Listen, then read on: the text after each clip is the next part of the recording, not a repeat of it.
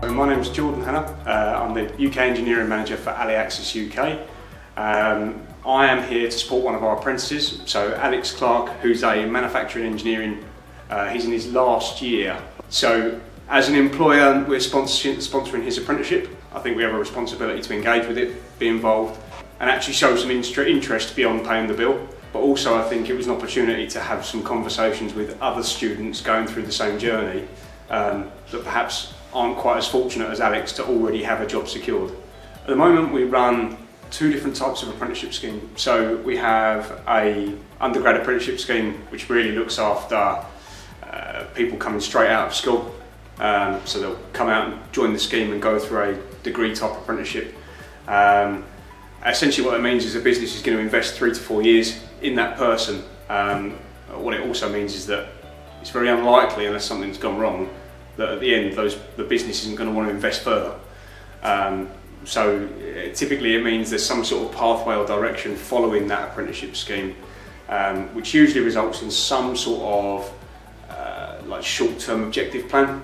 So look across once the apprenticeship's finished, it looks across a sort of 2 to 3 year path as to what the next step might look like.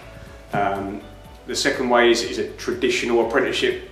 So we have both maintenance and engineering apprentices that literally come in at 16 and get into the physical aspects of engineering. So much more involved in the maintenance team. Probably still 3 to 4 year scheme. But yeah, so very much either a practical route or an academic route, but both. It's important to provide the support once those schemes finish. I think a lot of companies do the scheme for 4 years and then say thank you very much and off the guys go, but actually it's not very helpful, it's a waste of money. It's much better to try and support them next. I think don't be too close-minded, right? So especially when it's related to a degree study, which can be quite a specific thing. Engineering is so broad and diverse. You know, you could do engineering building a bridge, to engineering sending a rocket to space, to engineering wiring up a TV. You know, there's so many different aspects of engineering. You don't need to be too specific. I mean, my background is very general, and it worked out quite well for me, being general. So don't be too close-minded. The second thing I think is understand what parts of engineering are transferable skills. So, and again, especially from a degree, presentation skills, top of the list, communication skills and styles. Being able to talk to different audiences in an engineering remit is absolutely critical, because not everyone you speak to is going to be super intelligent and highly technical. Being able to dilute what you're saying down to an understandable level for everyone, critical skill.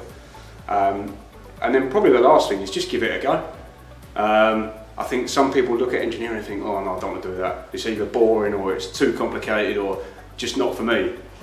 Actually, it can be really interesting and really exciting, but you won't know unless you give it a go. So don't be afraid to try things out and speak to businesses. Can I come in for a couple of weeks and just see what happens?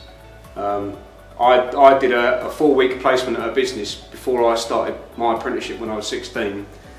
Absolutely hated every minute of it. But what it taught me is what I don't like doing. And sometimes it's really hard to know exactly what you want to do. But if you know what you don't want to do, it can be more powerful. So yeah, so all experience is good experience.